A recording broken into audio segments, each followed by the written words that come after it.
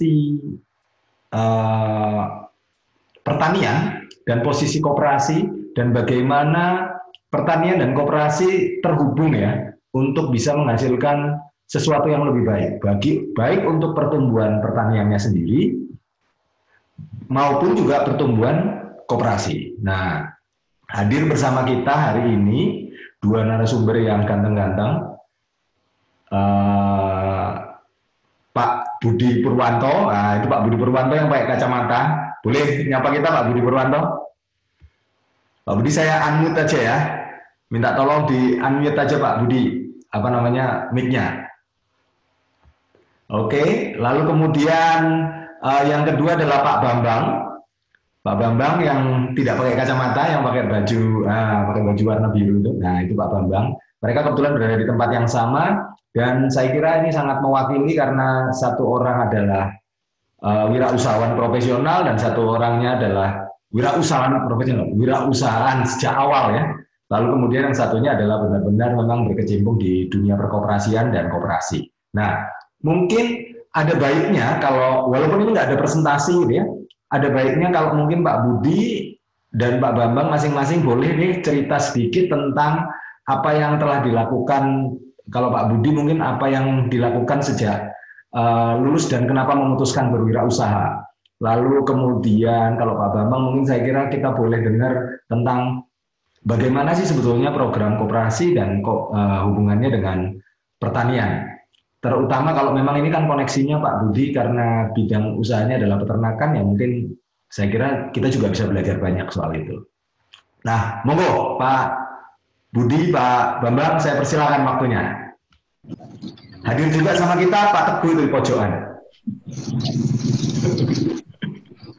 Oke, silakan Pak Budi, Pak Bambang.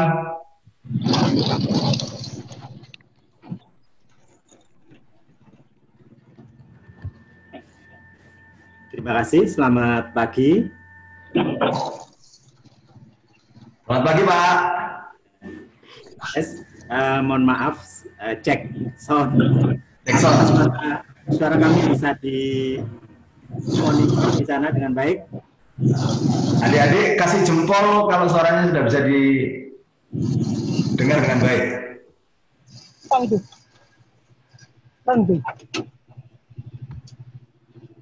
Baik, terima kasih. Oke, sip. Saya Bambang Adi Kuncoro, sehari-hari di instansi pemerintah, di pemerintah Kabupaten Pasuruan, ya. Terutama saat ini lebih berkecimpung di urusan tentang perkoperasian, atau mungkin mengurusi tentang koperasi gitu ya. Kalau tadi sudah disampaikan oleh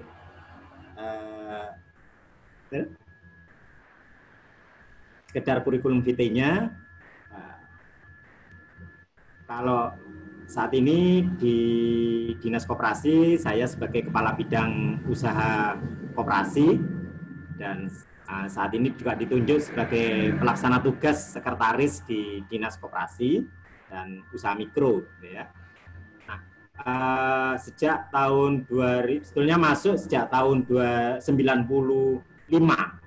Sejak tahun 95 lulus dari Fakultas Pertanian, khususnya di dulu jurusan ya. Tidak tahu sekarang apa masih jurusan sosial ekonomi.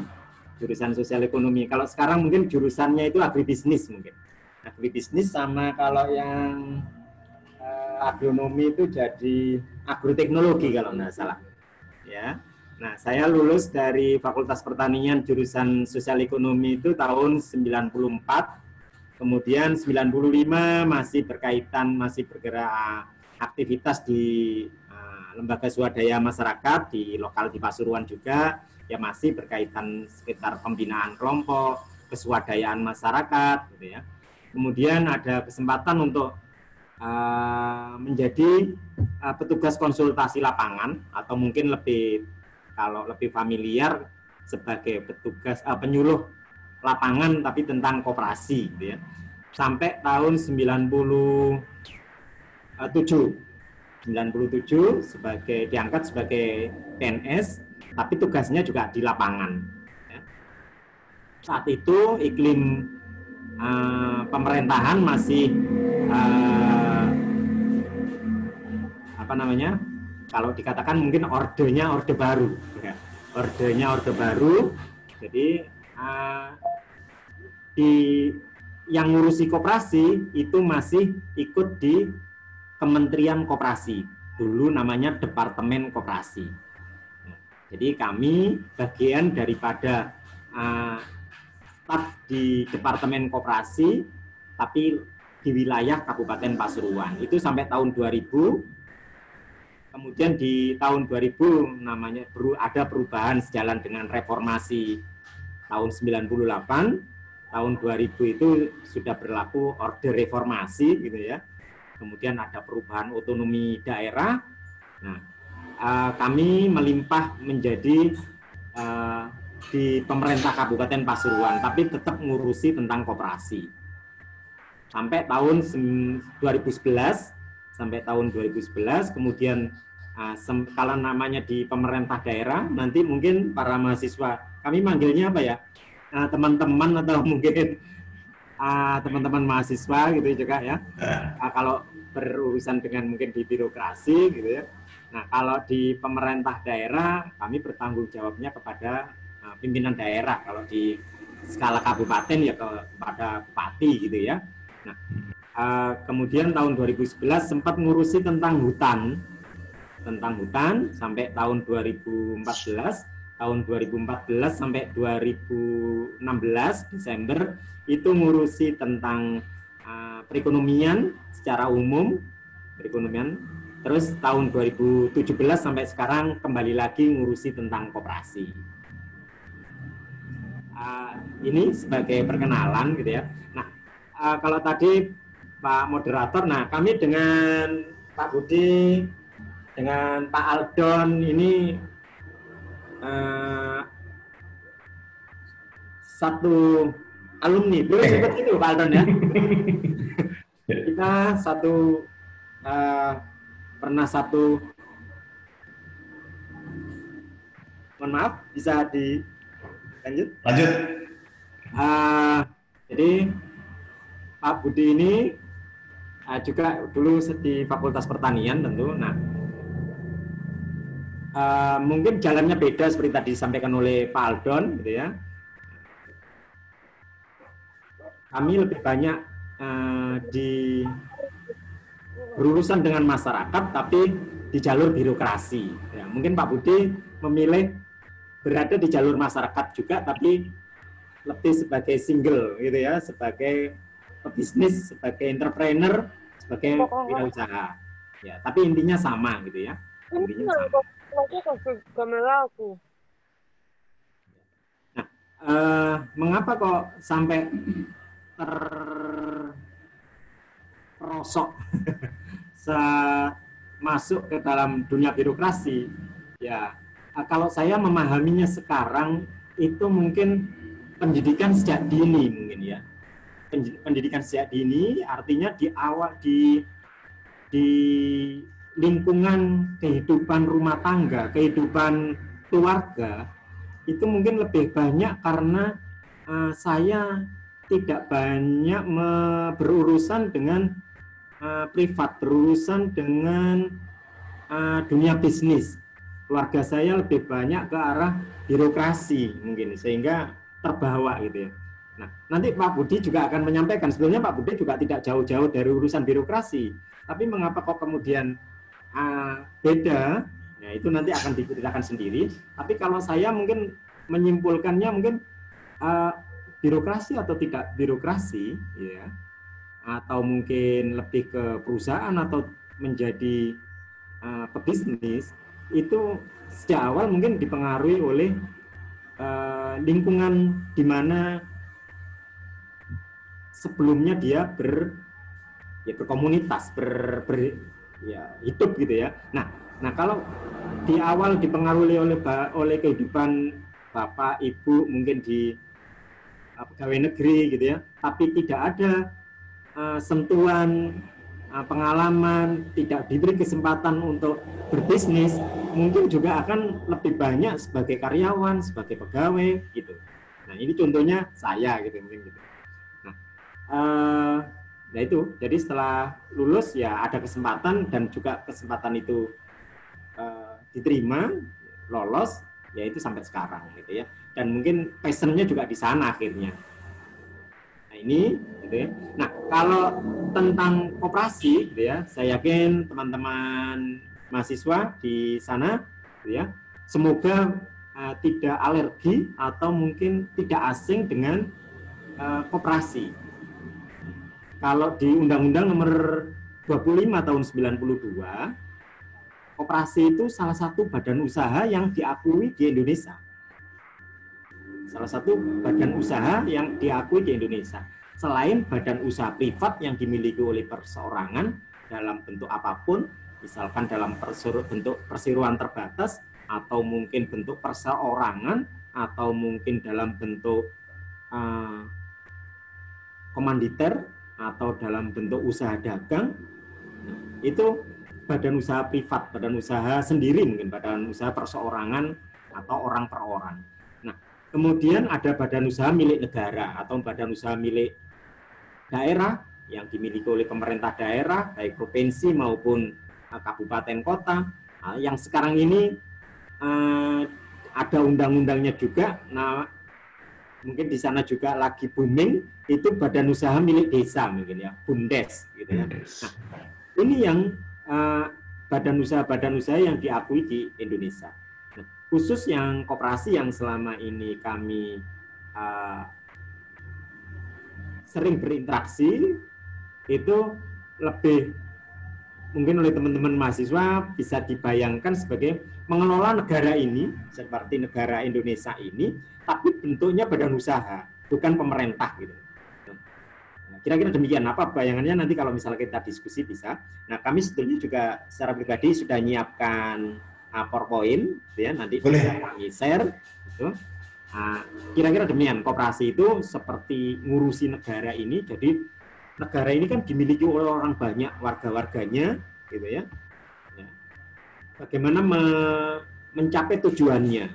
Tujuannya itu apa? Ya di visi misi dalam bentuk apa di undang-undang dasar gitu. Nah, kalau di koperasi juga demikian, ada badan usaha yang dimiliki oleh orang-orang yang disebut anggota itu untuk mencapai apa tujuan? Ya, katanya tujuan utamanya, idealismenya, ideologinya adalah mensejahterakan anggota. Tapi kira-kira tujuannya adalah ya untuk mengelola usaha yang dalam kepentingan yang sama, kira-kira demikian. Nah, tadi ada pertanyaan dari moderator gitu ya, kaitan koperasi dengan agribisnis atau mungkin dunia pertanian gitu ya. Nah, di kami di Pasuruan gitu ya ada ya apa istilahnya? Kalau di ilmiah Bapak Adon, apakah studi kasus atau ya ada contoh bagus juga bahwa ada bisnis yang bisa dikelola baik dan kompetitif gitu ya, yang itu sampai saat ini bisa bertahan dikelola oleh koperasi. Cuman ini pertanian secara umum, tapi lebih ke subsektornya mungkin peternakan. Kami contoh saja, nanti ini ada kaitannya dengan Pak Budi gitu ya. Saat ini yang bisnis yang bertahan yang dikelola oleh koperasi itu salah satunya ada yang di subsektor peternakan tadi itu. Jadi di peternak di wilayah kecamatan di daerah administratif Kabupaten Pasuruan itu mereka berbudidaya ternak sapi perah, ya, berbudidaya ternak sapi perah. Ternak sapi perah ini yang diproduksi, yang dihasilkan adalah susu ya, susu sapi perah, bukan dagingnya. Ada memang daging, tapi utamanya kalau sapi perah. Ada teman-teman mahasiswa yang asing dengan mungkin sapi perah mungkin? Ya. Rata-rata mungkin belum. Tadi saya belum sempat nanyakan. Tapi ya. Tapi memang kan di Sumatera Utara ini mungkin populasi sapi perah tidak setinggi di sentranya di Jawa Timur. Ya. Nah, di sini kita nggak punya pabrik susu kayaknya. Itu ada yang pabrik susunya kurang menonjol. Jadi memang mungkin sapi perah ini agak gelap. Teman-teman mahasiswa kan tidak asing dengan oh ini sapi perah, oh ini sapi yang dipotong sudah ya. Ya. Ya kita yang saya sampaikan adalah subsektor sapi perah, subsektor peternakan tadi sapi perah. Jadi di wilayah terutama di Ingrati ini juga di tempat kami melakukan Zoom meeting ini menjadi sentra produksi susu dari sapi perah. Produksi susu sapi perah itu memang bisa dijual secara mandiri, dipasarkan di pasar secara umum bisa. Nah, ada pasar yang sudah terbentuk,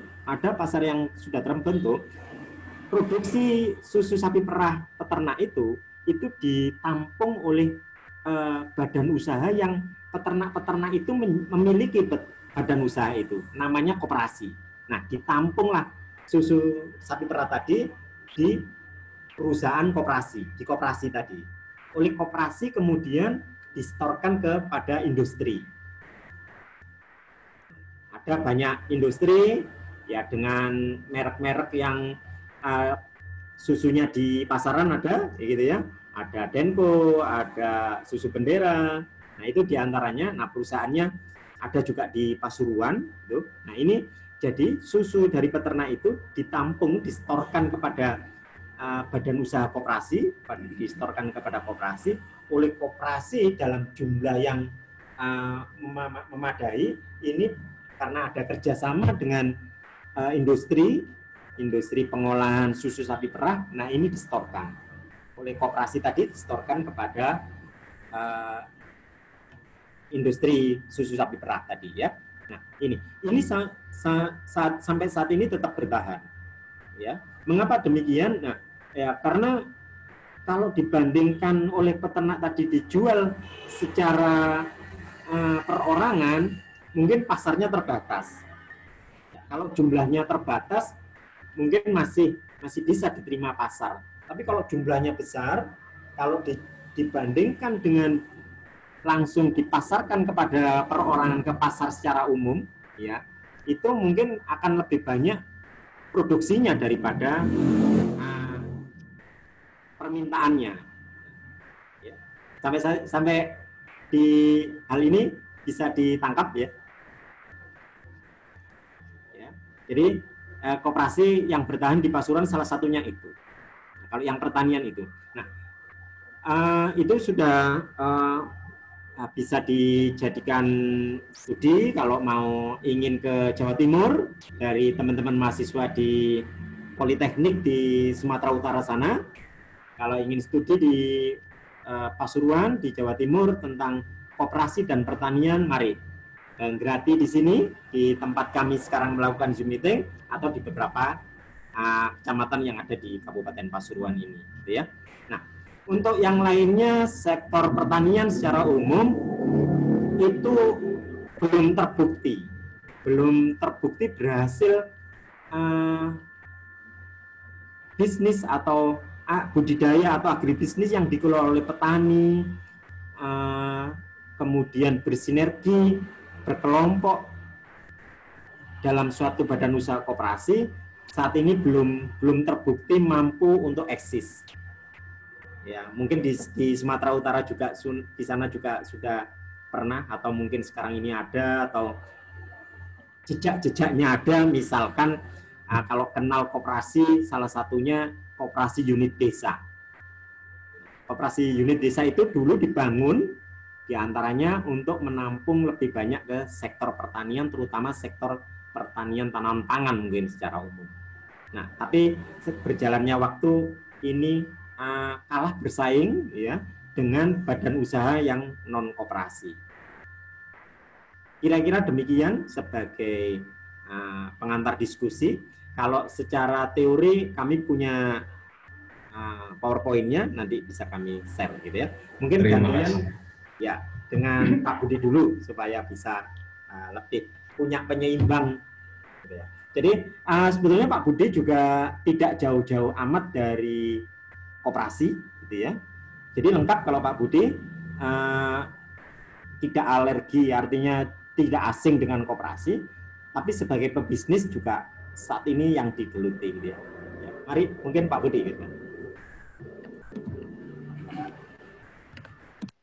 Terima kasih atas waktu yang diberikan kepada kami.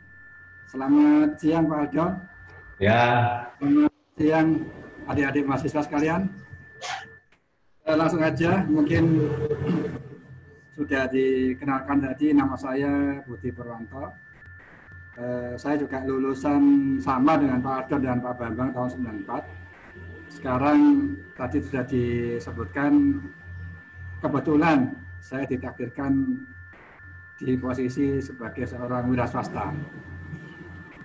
Mungkin bisa saya ceritakan sedikit perjalanan saya setelah lulus kuliah. Kalau saya memang saya akui terlahir dari komunitas atau lingkungan yang notabene di sini memang rata-rata wira swasta, Pak. Jadi sekalian. Jadi saya dulu memang background basic orang tua saya memang peternak dan petani. Jadi saya dulu pas mulai SMP, mulai SD, SMP, SMA itu memang sudah dikenalkan oleh orang tua saya ke dunia peternakan dan dunia pertanian. Cuma dulu saya lulus tahun 94 itu karena namanya seorang mahasiswa datang punya idealisme. Saya juga kepingin cari pengalaman di luar. Jadi lulus 94 itu saya pernah kerja di luaran, salah satunya juga di pembibitan, kalau nggak salah dari Thailand namanya No Yusit. Kemudian saya juga pernah di Astra. Dari situ saya sudah merasakan ilmu yang saya dapat sudah cukup lah untuk kembali lagi ke habitat saya, meneruskan usaha orang tua saya sebagai seorang peternak dan petani. Jadi itu mulai 96 saya balik ke Grati, daerah saya namanya Grati, dan sejak itu sampai sekarang saya bergelut di dunia peternakan. Cuma di perjalanan waktu, ya namanya karena berwira swasta itu kadang-kadang kan punya wawasan, punya kesempatan dan sejenisnya. Di perjalanan waktu ternyata ada peluang-peluang yang bisa saya kerjakan. Akhirnya di perjalanan waktu selain saya sekarang berkecimpung di bidang peternakan, saya juga merambah ke pertanian dengan mendirikan UD di penggilingan padi, kemudian juga di di toko.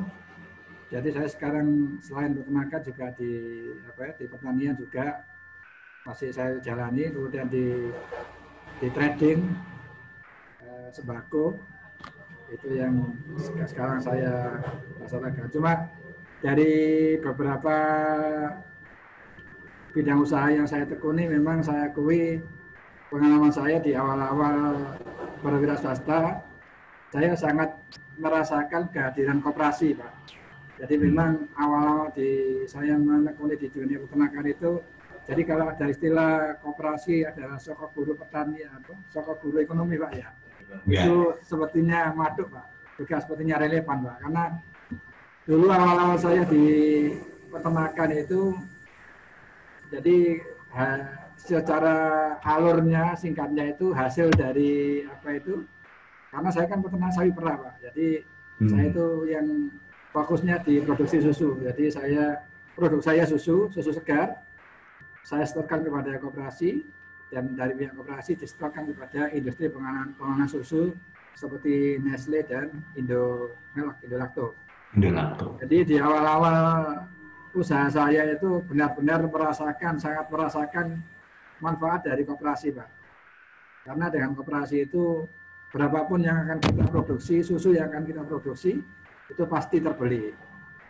Kalau kita mengandalkan pasar lokal, kalau dulu kan ekonomi ya seperti sekarang kan. Kalau sekarang ekonomi sudah maju, tingkat konsumsi masyarakat akan susu sudah bagus. Sekarang pasar lokal sudah terbuka lebar. Kalau dulu awal-awal saya lulus dari kuliah tahun 90-an lah, tahun 95 sampai tahun 2000 itu terus terang aja yang jadi gantungan saya hanya koperasi, Pak. Jadi ya alhamdulillah saya eksis sampai sekarang itu juga berkat bantuan daripada koperasi. Jadi koperasi bagi masyarakat di wilayah kami, khususnya di Kecamatan Grati dan umumnya di Kabupaten Pasuruan, sangat-sangat dirasakan manfaatnya. Dan insya Allah sampai sekarang bisa dirasakan manfaatnya, Pak. Jadi tadi sudah dikatakan oleh Pak Bambang kalau salah satu dari beberapa bidang usaha yang masih eksis sampai sekarang adalah koperasi, khususnya kalau wilayah Kecamatan Grati, Kabupaten Pasuruan adalah sapi perah. Karena apa? Karena di sini itu sumber alamnya, sumber anunya mendukung, Pak. Jadi itu SDM juga mendukung, kondisi alam dan sumber daya alam juga mendukung untuk industri peternakan. Mungkin secara singkat itu yang bisa kami sampaikan, Pak Odon, adik-adik sekalian. Mungkin kalau nanti ada yang perlu ditanyakan bisa langsung tanya jawab kepada kami. Terima kasih. Iya, siap.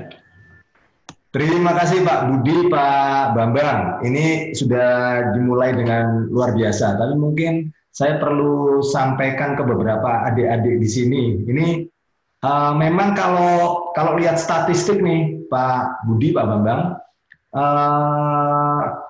memang Sumatera Utara mungkin cuma punya sapi sekitar, kalau di statistiknya BPS nih, kita dapatnya itu sekitar 2.000 ekor sih di seluruh Sumatera Utara.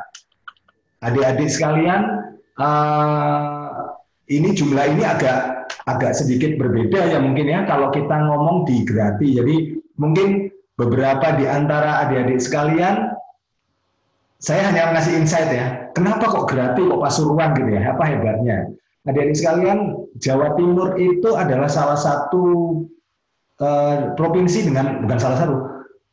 dengan jumlah sapi terbanyak di Indonesia ya, hampir 1,4 juta ekor sapinya, jadi 250.000 ekor. Dan mungkin saya boleh bilang 40% ya, ini saya mungkin boleh dilurusin nih sama Pak Budi dan Pak Bambang. 40% sapinya Jawa Timur itu ada di Grati ya, yang sapi perah ya. Habis itu ada di Pujon. Jadi ini dua kota yang agak berdekatan ya wilayahnya. Jadi Kabupaten Malang dan Pasuruan. Dan sapi-sapi ini menghasilkan susu yang lumayan besar ya. Kalau 1 ekor sapi aja mungkin boleh kita bilang hasilnya berapa, Pak? Kalau 1 ekor sapi ya, Pak Bambang? Pak Budi. Boleh di unmute aja, Pak. Berapa liter, Pak, per ekor? Per ekor 15 liter per hari. 15 liter ya. Taruhlah bersih dikumpulkan sama pabrik susu ini 10 liter ya. Berarti 1 hari dengan 250.000 ekor itu ada 2,5 juta liter per hari susu yang dihasilkan dan masuk ke 2 pabrik besar, betul ya? Satu grupnya Nestle, satunya lagi grupnya Indolacto sama Nestle ya. Nestle itu saya kurang tahu grupnya apa, mungkin Frito-Lay kalau nggak salah. Terus kalau Indolacto masuknya ke Indofood ya. Ya grupnya Indofood. Jadi adik-adik memang ngomong soal sapi, ya ini mereka ini bapak-bapak berdua ini ada di tempatnya yang benar-beneran di pusatnya sapi, gitu ya. Jadi itulah memberikan insight tadi adik sekalian. Lalu tadi sudah sangat jelas dan cukup papar saya kira pengalamannya Pak Bambang. Pak Bambang ini saya jadi malah wah tambah ini ya. Pak Bambang punya pengalaman mulai dari penyuluh loh sampai ke kita kebetulan ada mata kuliah juga teknologi penyuluhan. Dan saya kira nanti kawan-kawan kita bisa ngobrol khusus tentang penyuluhan gitu Pak Bambang ya. Bagaimana sih penyuluhan? Penyuluhan ini kan mungkin adik-adik kita ini juga masih melihat frame-nya gini. Begitu ngomong penyuluh, tahunya itu penyuluh pertanian. Padahal penyuluh itu macam-macam ya. Ada penyuluh kehutanan, pertanian, peternakan, dan lain sebagainya. Dan itu bisa diambil atau bisa bisa menjadi okupasi buat adik-adik yang memang sudah punya punya bekal penyuluhan dan teknologi penyuluhan atau komunikasi. Nah, itu kira-kira. Nah, lalu saya mungkin sambil ini, sebetulnya ini udah ada pertanyaan nih Pak. Pak, saya bacain langsung ya Pak ya. Untuk Pak Bambang nih Pak Bambang. Pak Bambang, ini orang selalu bertanya tentang kebijakan koperasi pertanian ya. Tadi mungkin sempat diungkapkan salah satu koperasi pertanian yang hidup mungkin yang paling kelihatan eksis itu adalah koperasi susu ya, koperasinya sapi perah ya. Atau saya kurang tahu ini apa ini susunya yang dikoperasikan atau sapinya atau peternaknya. Tapi di sini ada pertanyaan gini, apabila harga komoditi pertanian anjlok bertepatan dengan panen raya, dan ini memang selalu jadi image-nya anak agribisnis ya. Peran koperasi sebetulnya bisa seperti apa ya? Ini mungkin kita boleh dengar realitanya sebetulnya seperti apa kalau tentang koperasi, dan nanti mungkin Pak Budi boleh dong nambahin kita gimana ya peran koperasi terutama kalau ngomong soal harga ya pada saat atau penjaminan harga dan lain sebagainya. Monggo Pak Bambang, Pak Budi.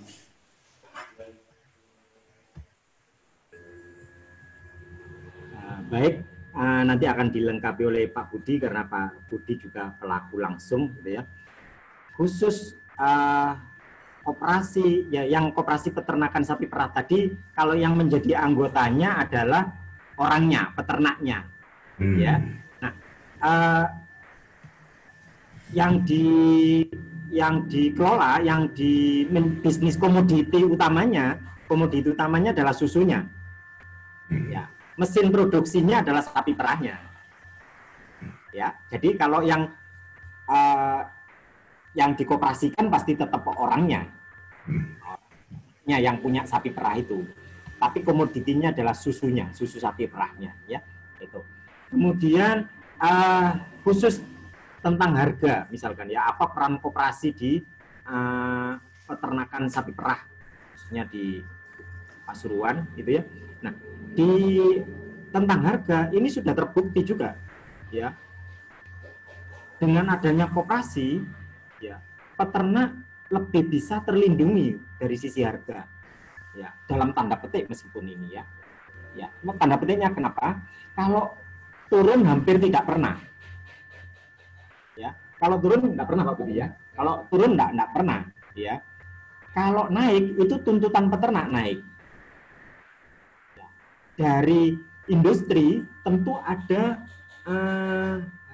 batas harga, baik batas harga terendah maupun harga terutama batas harga tertinggi. Ya, harga tertingginya dari industri itu sudah ditentukan. Nah, ini yang harus dicapai oleh koperasi terutama. Nah, koperasi kan menyampaikannya kepada anggotanya. Ya. Nah, anggota tentu inginnya harganya yang tinggi. Ya.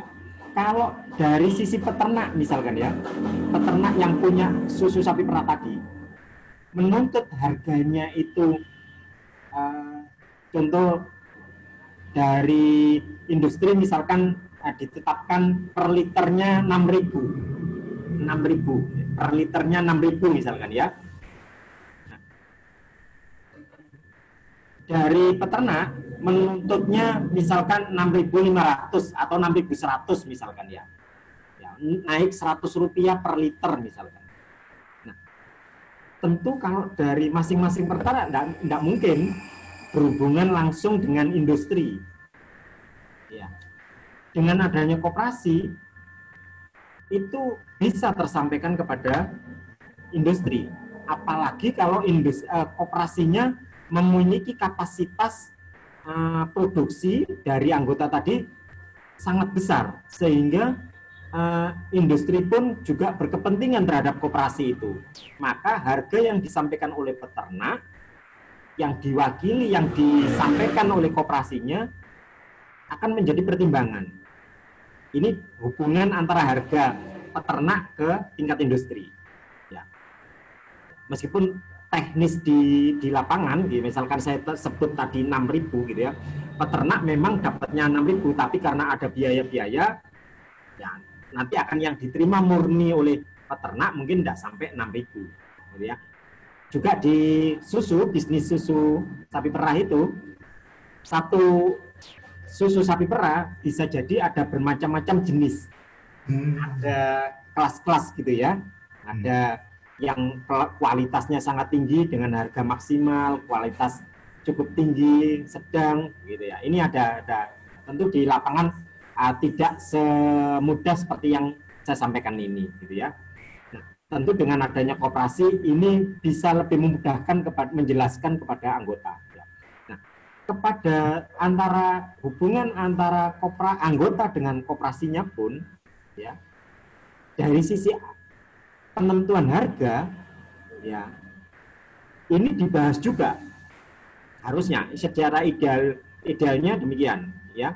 Maka saya menghadapi ada koperasi-koperasi di Pasuruan ini, termasuk di Ngrati, ada sekarang ini sekitar 6 koperasi di ya sekitar 6 kecamatan juga ya, berarti ya rata-rata satu kecamatan satu koperasi itu yang menjadi di sentra-sentra produksi peternakan sapi perah ya. Nah, yang saya maksud adalah di beberapa koperasi ya dari 6 tadi ya, itu peternak ikut terlibat dalam menentukan penentuan harga ya. Jadi misalkan gini, karena di satu koperasi dengan koperasi yang lain ini ya teknis sebetulnya yang antara peternak di kecamatan A dengan kecamatan B sebetulnya koperasi A dengan koperasi B bisa jadi harganya beda ya, selisih mungkin 100-200 gitu ya, tapi kalau per liter dan per sekian kan cukup nominal juga bagi peternak gitu ya. Nah, di beberapa koperasi peternak itu terlibat dalam proses demokrasi penentuan harga. Misalkan ya 6.000 tadi ya, 6.000 tadi. Nah, dengan biaya gitu ya kepada anggota itu misalnya ongkos biaya produksi di tingkat koperasi itu Rp200 per liter misalkan ya. Ya, jadi 6.000 ya nanti oleh diterima di anggota 5.800 berarti ya. Bisa diterima? Ya. Jadi misalkan dari industri ditentukan 6.000. Ya sebetulnya peternak juga nerima 6.000, tapi dikurangi dengan biaya misalkan karena kenapa ada biaya? Ya biaya operasional koperasi gitu ya. Nggak sampai 200 sebetulnya, mungkin 50. Tapi mungkin di pakan ternak itu juga dikumulasi dikelola atas kesepakatan bersama. Itu koperasi punya peran ya. Nah, ini atas kesepakatan anggota juga gitu ya. Jadi misalkan untuk pakan ternak yang konsentrat ya benar konsentrat gitu ya, misalkan itu ini disuplai dari koperasi dengan harga tertentu misalkan ya.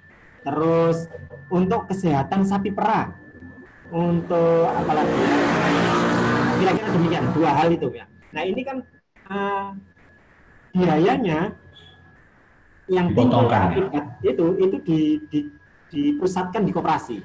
Nah, total misalkan koperasi menawarkan 200 misalkan ya. Nah, peternak dibahas ini, ketinggian 200, sudah menjadi 150 saja. Berarti 6.000 dari industri akan diterima peternak menjadi 5.850. Nah, penentuan itu anggota peternak ini punya kemampuan, punya keswadayaan punya suara lah. Iya, punya suara itu. Tapi mungkin Pak Budi juga akan bisa, tidak semua koperasi begitu ya. Tapi ada kasus proses demokrasi ekonomi di Kabupaten Pasuruan di beberapa koperasi ya. Tidaknya saya melihat ada 2 koperasi dari 6 koperasi itu berjalan. Demokrasi ekonomi itu berjalan. Jadi penentuan harga, misalkan tadi biaya pakan misalkan. Itu juga anggota punya peran. Saya enggak mau harga 25 per kilo gitu, maunya 20. Itu bisa jadi prosesnya ada. Anggota punya peran di sana. Jadi tidak kemudian karena koperasi, karena badan usaha, sudah ini 200, mau enggak mau, harusnya tidak demikian. Tapi ada koperasi yang menerapkan demikian, ada ya, ada. Tapi idealnya tidak demikian. Idealnya tidak demikian. Anggota harusnya punya, karena filosofinya badan usaha koperasi tadi itu dimiliki oleh anggota itu. Ya, seperti negara ini sebenarnya kita punya saham terhadap negara Indonesia ini kan, sama demikian. Koperasi juga demikian. Terhadap koperasi A, misalkan Pak Budi ini menjadi anggota di koperasi A itu, maka Pak Budi menjadi pemilik, salah satu pemilik dari sekian banyak anggota. Nah, maka Pak Budi punya hak untuk menyampaikan, saya tidak setuju kalau misalkan biaya itu 200 ya. Demikian gitu ya. Kira-kira demikian hubungan antara anggota dengan itu. Jadi kalau dari sisi harga itu sudah terbukti, ada juga koperasi yang mampu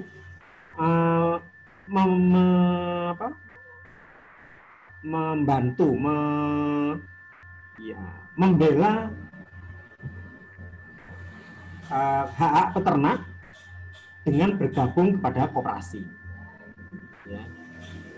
Nah, kalau di Pasuruan ya hampir mungkin 80% saat ini. Kalau dulu semua 100%, kalau sekarang mungkin 80 sampai 90%. Kalau tidak bergabung kepada koperasi atau mungkin kepada badan usaha tertentu untuk menyetorkan susu, hampir ya sulit untuk memasarkan, hampir ya. Tapi bisa. Sekarang ini dunia usaha sudah berubah. Ya, dunia sudah berubah. Banyak yang peternak juga menjual, termasuk Pak Budi juga. Kira-kira demikian. Kalau nanti masih belum jelas, mau penjelasan lagi, mari. Mungkin tambahin Pak Budi kalau misalkan ya. Terima kasih. Jadi tadi ya disampaikan Pak Adon masalah agribisnis di bidang pertanian dan peternakan. Yang saya alami Pak di sini, kebetulan saya juga berkecimpung di dunia pertanian, di penggilingan padi, di perberasan. Jadi kalau di dunia pertanian, khususnya di sektor perberasan, memang kadang-kadang petani itu dihadapkan pada fluktuasi harga, Pak. Jadi pada panen raya itu memang harga turun. Nah, cuma pemerintah kan kalau di dunia pertanian ada namanya Bulog kan sebagai stabilisasi harga. Di Bulog sendiri kan ada HPP, Pak. Jadi HPP itu bisa dijadikan acuan oleh petani dalam menentukan harga. Sehingga dengan kehadiran Bulog itu saat panen raya itu harga walaupun turun itu masih bisa dijaga sampai dalam kondisi level-level tertentu. Itu di dunia pertanian. Kemudian di dunia peternakan, kalau saya berasumsi koperasi itu hampir sama dengan Bulog, Pak, posisinya, Pak. Jadi, di dunia peternakan itu yang menjadi penopang fluktuasi harga susu di tingkat peternak itu adalah koperasi. Karena apa? Yang tadi disampaikan oleh Pak Bambang, itu anggota koperasi itu karena namanya koperasi itu anggota adalah pemegang kekuasaan tertinggi, Pak. Jadi di koperasi itu ada seringkali diadakan mungkin kalau RAT dipastikan 1 tahun sekali, kalau rapat-rapat insidental itu sering, Pak. Salah satunya di kandung maksud untuk menstabilkan harga. Nah, yang saya alami sampai sekarang, mulai tahun 96 sampai sekarang, hampir berapa puluh tahun itu, berapa puluh tahun itu. Itu tidak pernah ada ceritanya, ya mudah-mudahan bisa dijaga kondisi ini sampai seterusnya. Itu tidak ada ceritanya harga susu turun, Pak. Tidak ada ceritanya, karena adanya koperasi ini. Jadi walaupun produksi di tingkat peternak itu over produksi katakanlah, tetap ditabung oleh koperasi. Karena apa? Sampai saat ini itu Indonesia itu kan masih net importer untuk produksi susu kan masih impor kan. Banyak yang informasi, mungkin kebutuhan lokal itu cuma mensuplai 30% dari kebutuhan nasional. Jadi walaupun berapapun produksi susu dari peternak akan tertabung diambil ya. Stabil. Jadi yang tadi kalau di pertanian itu ada Bulog, itu kalau di dunia peternakan ya koperasi ini memang badan penyangganya supaya harga tidak sampai jatuh.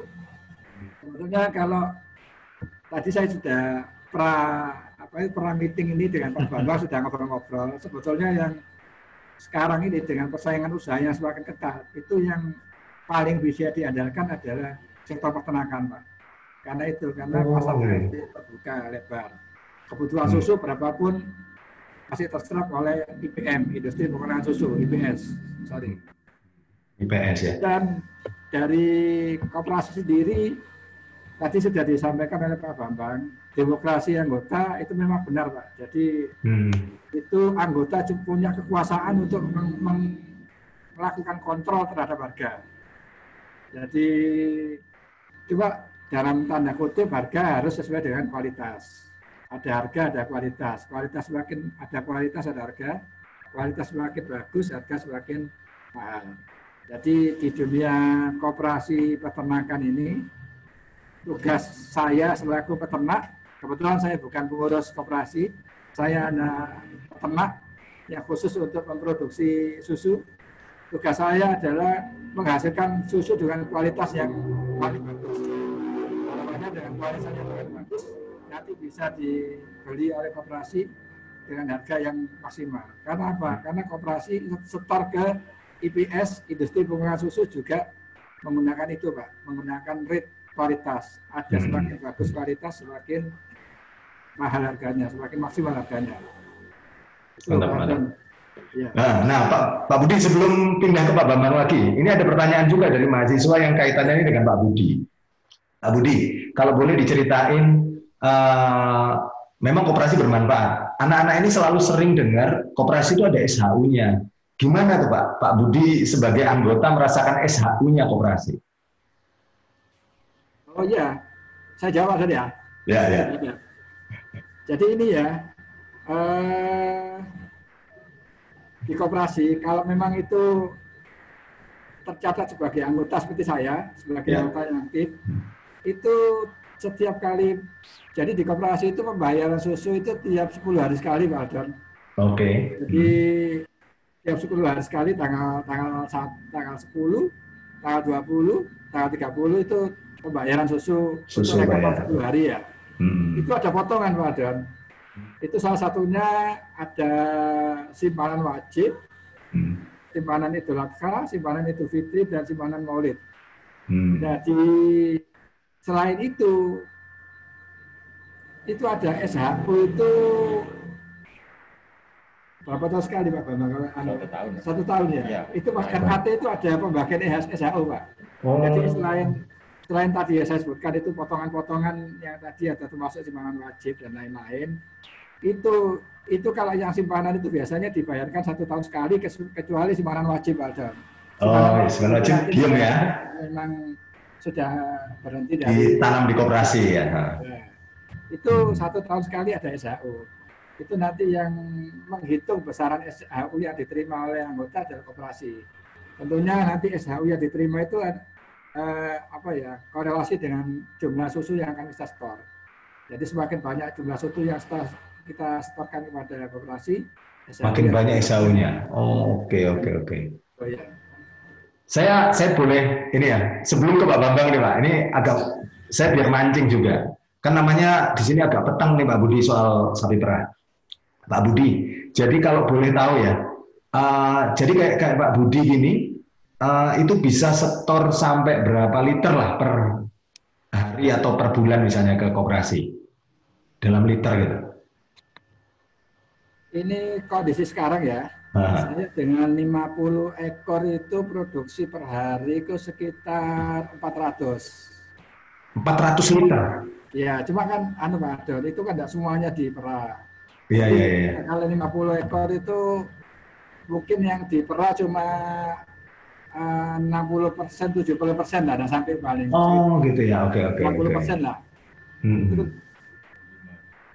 Saya store ke koperasi itu rata-rata 400 liter per hari. 400 liter per hari ya.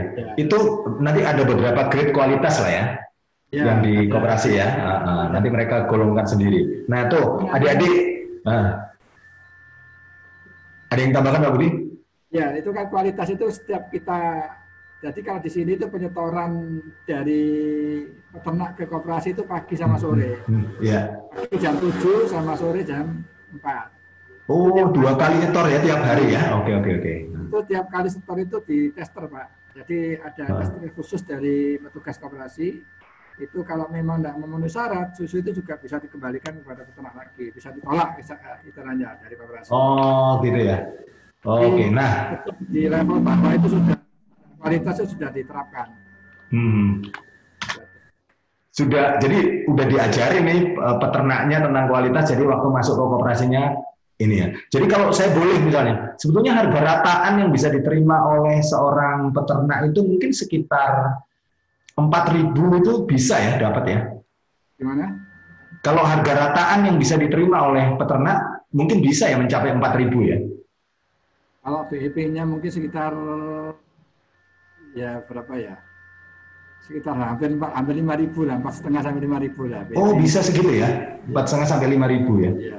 Oke, nah ini juga buat insight mungkin ke adik-adik sekalian yang ikut hari ini.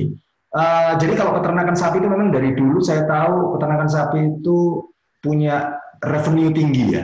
Jadi kalau itu tadi sudah disampaikan Pak Budi, satu hari 400 liter kalau dikalikan harga 5.000 ya kalian tahulah hitung aja sendiri berapa kira-kira nilai per hari itu dibayarkan lewat koperasi, dan koperasi memang punya value tinggi ya kalau untuk peternakan susu. Lalu itu coba hitung aja ke pendapatan per bulan, makanya wajar ya kalau Pak Budi keluar dari Astra. Dulu Pak Budi ini saya tahu begitu selesai lulus ke Astra langsung ya sama beberapa teman ya Pak ya. Ke perkebunan Astra, ditinggalkan ya kembali balik ke peternakan. Ini saya kira jelas bahwa memang usaha sapi itu sangat menjanjikan sebetulnya secara ekonomi ya. Lalu tinggal memang keseriusannya, betul Pak ya. Memang ini usaha yang nggak bisa disambi-sambi ya, soalnya urusannya sampai sapi ya. Gitu, oke. Harus apa? Harus fokus itu. Harus fokus ya, betul. Jadi katanya orang sini itu sama seperti ngomong bayi Pak Adrian. Seperti melihara bayi, betul ya.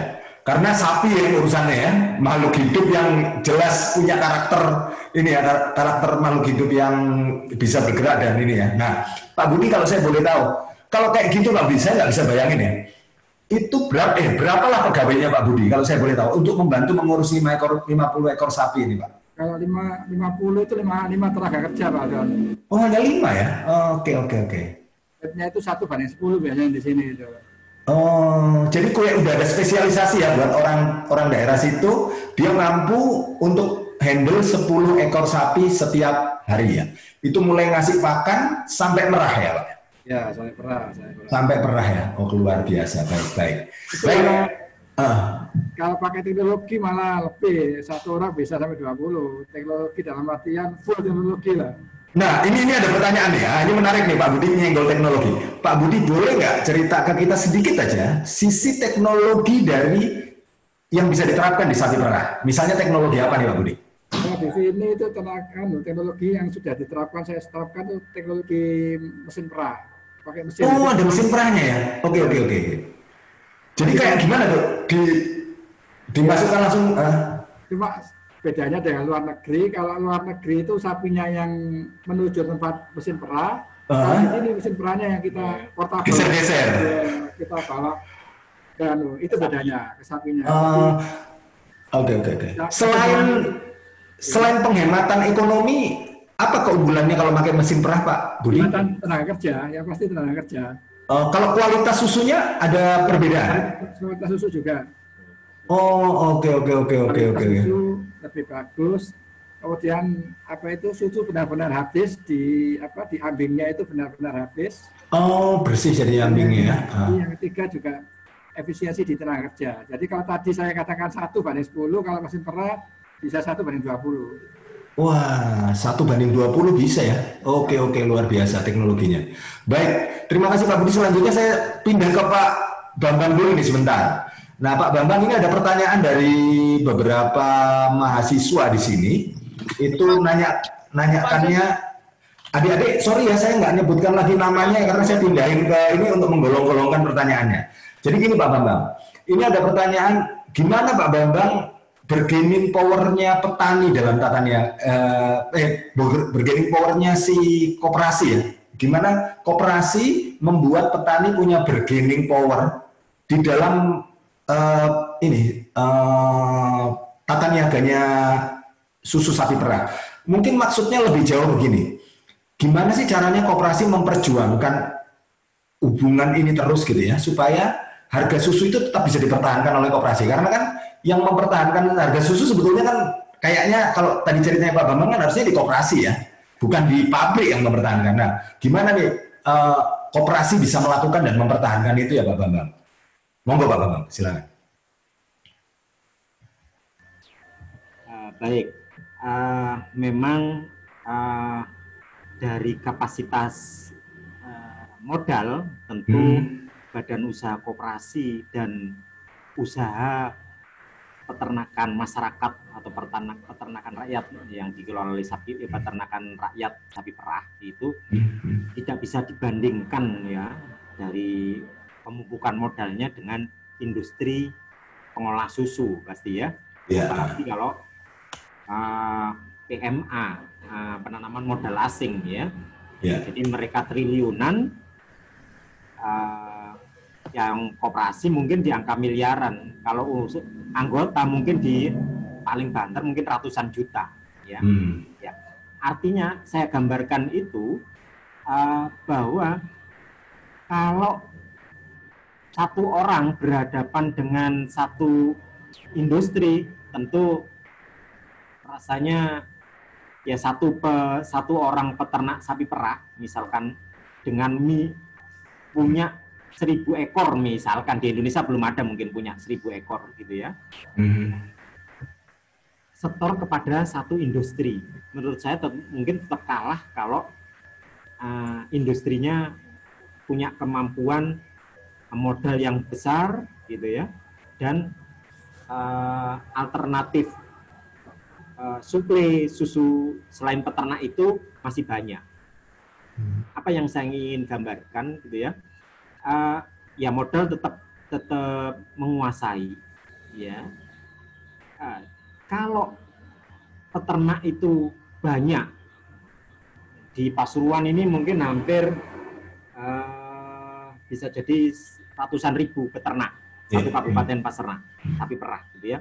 Kalau berhadapan dengan satu atau dua industri, ya, tidak bergabung kepada koperasi misalkan, atau tidak bergabung kepada badan usaha tertentu, ya UD atau mungkin apalah, misalkan kelompok tani misalkan ya, berhadapan dengan koperasi, dengan industri yang mengelola susunya, ya tidak dalam posisi bergening yang seimbang.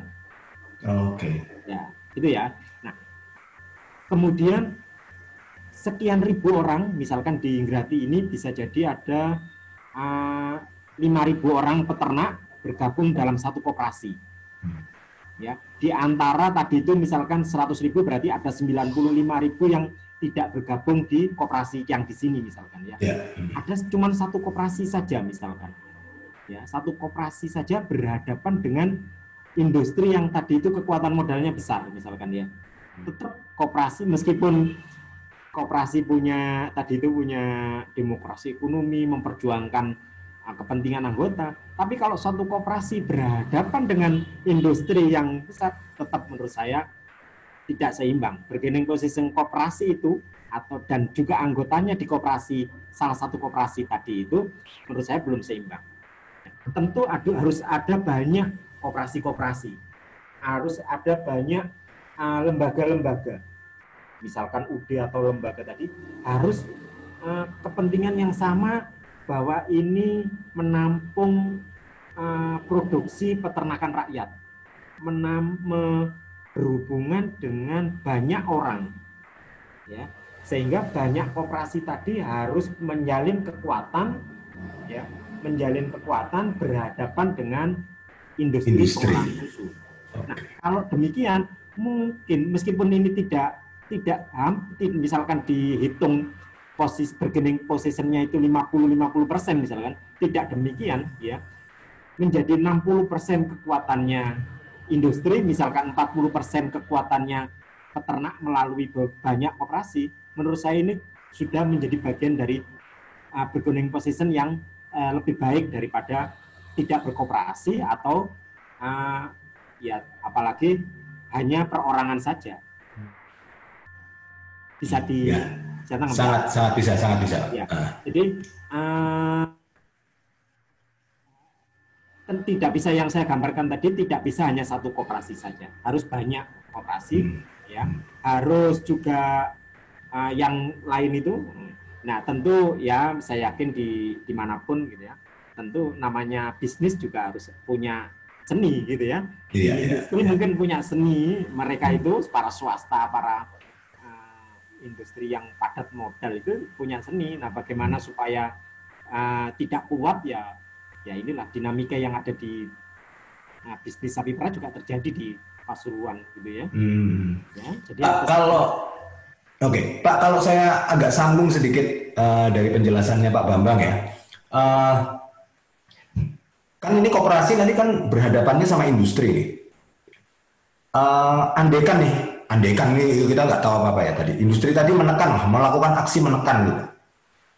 Kira-kira apa yang dimiliki koperasi ya untuk menahan tekanan industri ini? Apa mungkin udah kalau kamu nggak mau aku pindah ke pabrik lain atau gimana atau ya sudah saya produksi sendiri atau mungkin gimana Pak? Mungkin ada strategi yang dimiliki koperasi ya. Misalnya ambil contoh lah salah satu koperasi susu di Grati ya gitu Pak. Monggo Pak. Memang hal itu terjadi ya, sudah terjadi di bisnis susu itu sudah terjadi ya, maka akan pindah ke tempat lain. Bagaimana supaya kamu juga tetap di industri ini dengan harga yang segini, itu terjadi juga ya. Kekuatan koperasi seharusnya ada juga di kolektibilitas atau mungkin kebersamaan anggotanya ya. Jadi kalau misalkan satu suara ya sudah, kalau gitu kita tidak distorsi sana, misalkan ekstrimnya demikian misalkan, kan saya enggak store ke sana. Ya, meskipun ya kecil, satu koperasi itu tidak di store sana, tapi mungkin akan mempengaruhi kesinambungan produksi itu. Jadi saya yakin perusahaan juga tidak semena-mena kemudian menolak atau sudah menyetop storan dari peternak dari koperasi ini misalkan ya. Nah, jadi kalau semakin besar produksi yang bisa ditampung oleh salah satu koperasi, tentu ini menjadi kekuatan. Demikian sebaliknya, semakin kecil juga akan menjadi kelemahan. Jadi kalau misalkan ada supplier misalkan ya, koperasi atau bukan koperasi yang ke industri, ya, yang setor kepada industri, semakin kecil ya, mungkin semakin gampang untuk ditendang oleh industri. Ya. Akan gitu. Tapi lah kok produksinya semakin besar akan diperhitungkan oleh industri pengolah susu tadi, ya pengolah industri juga akan memperhitungkan kalau ini keluar akan berdampak kepada produksi mereka. Ya. Tapi itu mungkin saya enggak punya hasil penelitiannya seberapa besar pengaruh itu. Tapi juga ada pengaruh sekarang ini tentu pemerintah. Baik pemerintah daerah sampai di pemerintah pusat harus ikut campur tangan, ya, karena kalau susu sapi perah atau peternakan sapi perah itu saya katakan tadi adalah peternakan rakyat. Jadi mungkin pada saat memberikan izin pertama pemerintah daerah itu kamu harus mau menerima stor dari peternak di kabupaten saya, misalkan demikian, ada komitmen political will misalkan, ya gitu pemerintah gitu. Kalau misalkan sampai rakyatnya terdampak karena industri semena-mena, ya pemerintah akan bertindak. Ya ini bisa main di izin gitu ya. Ya jadi betul. Pemerintah juga harus punya kepedulian di sana, ya. Industri betul. Tidak boleh kemudian itu. Kira-kira demikian. Sip, Pak Bambang. Jadi yang SHU tadi mungkin saya bisa. Boleh, monggo Pak. Ya. Mungkin yang dari teman penanya tadi saya memahami gitu ya. Mungkin kalau di kasus di sana itu, ya dunia sekarang sudah berubah gitu ya. Dunia sudah berubah, termasuk dunia ekonomi, koperasi pun gitu ya. Maka koperasi misalkan ada di Sumatera Utara di sana, kalau koperasinya itu tidak bagus, ya. Bermain-main dengan SHU anggota, hati-hati akan ditinggalkan oleh anggota. Ya, jadi koperasi juga harus bagus, ya. Kalau memang SHU itu kan seperti dividen dari saham yang ditanamkan kepada suatu badan usaha. Ya, kalau koperasinya bermain-main dengan dalih apa, kemudian SHU dimainkan supaya tidak si rakyat ini bagaimana tidak menerima atau menerima tapi kecil. Ya kalau rakyat itu tahu, rakyat peternak tadi tahu, misalkan di sapi perah atau mungkin anggota di koperasi di Sumatera itu, ya akan ditinggalkan, gitu ya, karena tidak ada paksaan untuk berkoperasi. Ya, jadi koperasi harus bagus. Nah, di Pasuruan pun demikian. Ada contoh yang operasi yang mampu membuktikan bagus, profesional, SHU juga anggota menikmati dengan layak, gitu ya, dengan layak, ya. Itu anggotanya punya partisipasi yang tinggi, punya ikatan moral yang tinggi kepada koperasi itu, gitu ya. Baik, ini ada koperasi yang dari sapi perah maupun di Pasuruan ada yang koperasi non sapi perah, itu sudah terbukti. Jadi kalau koperasinya bermain-main dengan SHU tidak bisa. Kalau dulu mungkin, ya, di zaman dulu mungkin bisa. Kalau sekarang sudah, ya. Itu saya kira itu tambahannya. Jadi koperasi harus profesional juga. Gitu. Nah, jadi ini buat adik-adik. Tadi ini pertanyaan krusial saya kira itu yang tadi disampaikan, bahwa gimana ya koperasi punya bargain. Gimana pun bargaining koperasi pada akhirnya itu asalnya atau nilai tawarnya koperasi itu asalnya itu berasal dari anggotanya. Jadi kalau anggotanya nggak kompak, mereka nggak jadi satu, nggak rame-rame, maka dia nggak punya nilai tawar ke industri. Nah, tapi yang perlu diingat, makin gede koperasinya, maka makin kuat kemampuannya dia untuk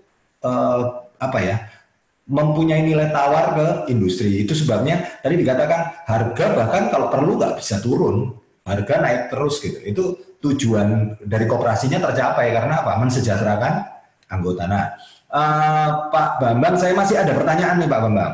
Ini pertanyaannya dari mahasiswa saya, bilangnya gini, sejauh mana nih Pak koperasi koperasi pertanian itu memiliki tantangan ya, terutama kalau koperasinya itu berada di daerah pedalaman. Kira-kira boleh nggak dikasih insight misalnya masalah apa ya atau tantangan apa, dan mungkin bagaimana ya Pak Bambang pernah ngasih atau pernah melihat gimana caranya mereka mengatasi masalah dan tantangan kalau mereka bikin koperasi terutama di daerah-daerah pedalaman yang baru. Ini kayaknya anaknya ini ingin menginisiasi koperasi ini ya.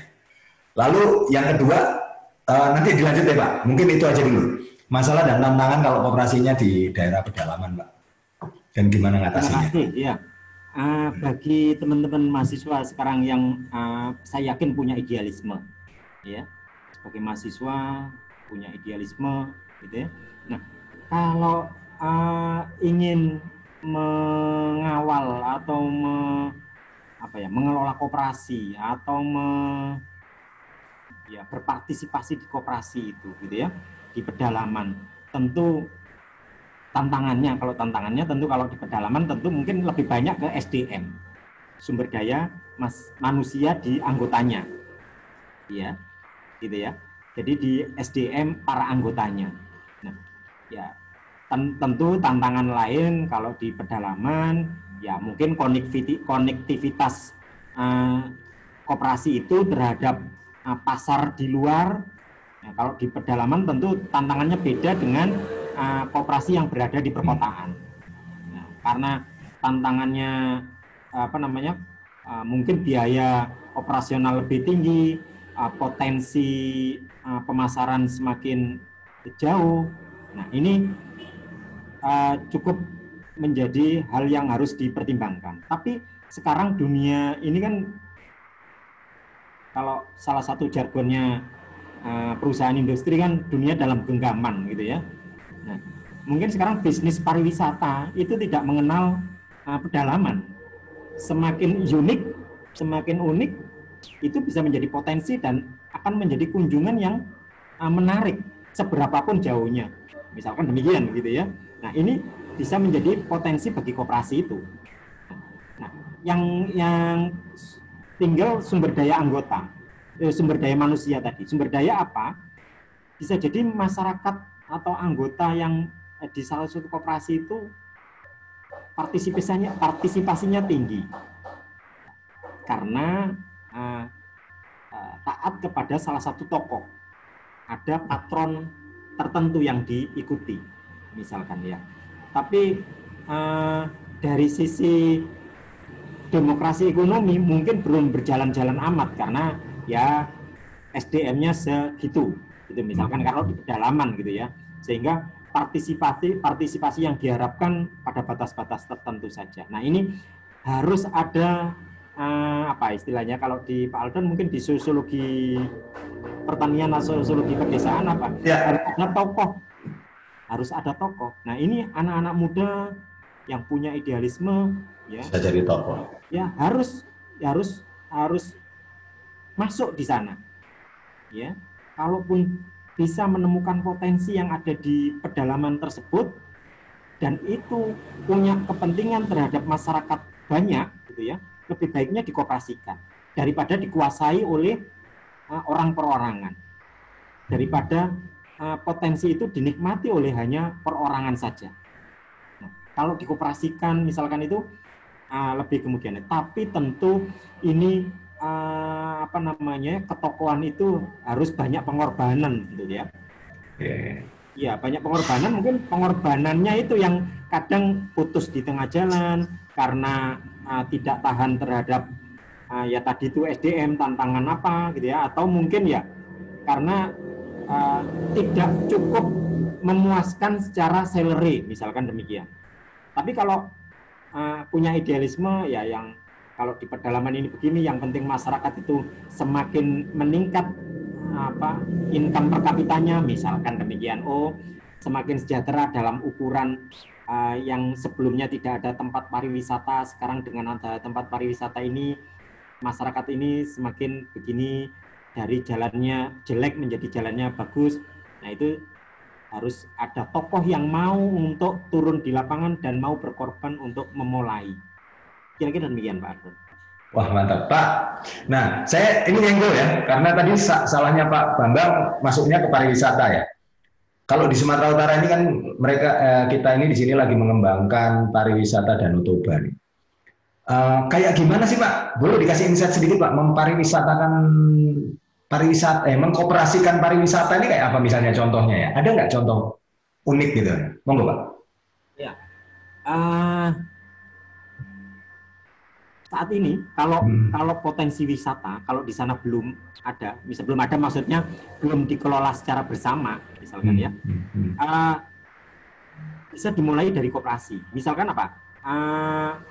Ada tempat wisata yang itu belum dikelola secara maksimal oleh desa, oleh pemerintah daerah misalkan.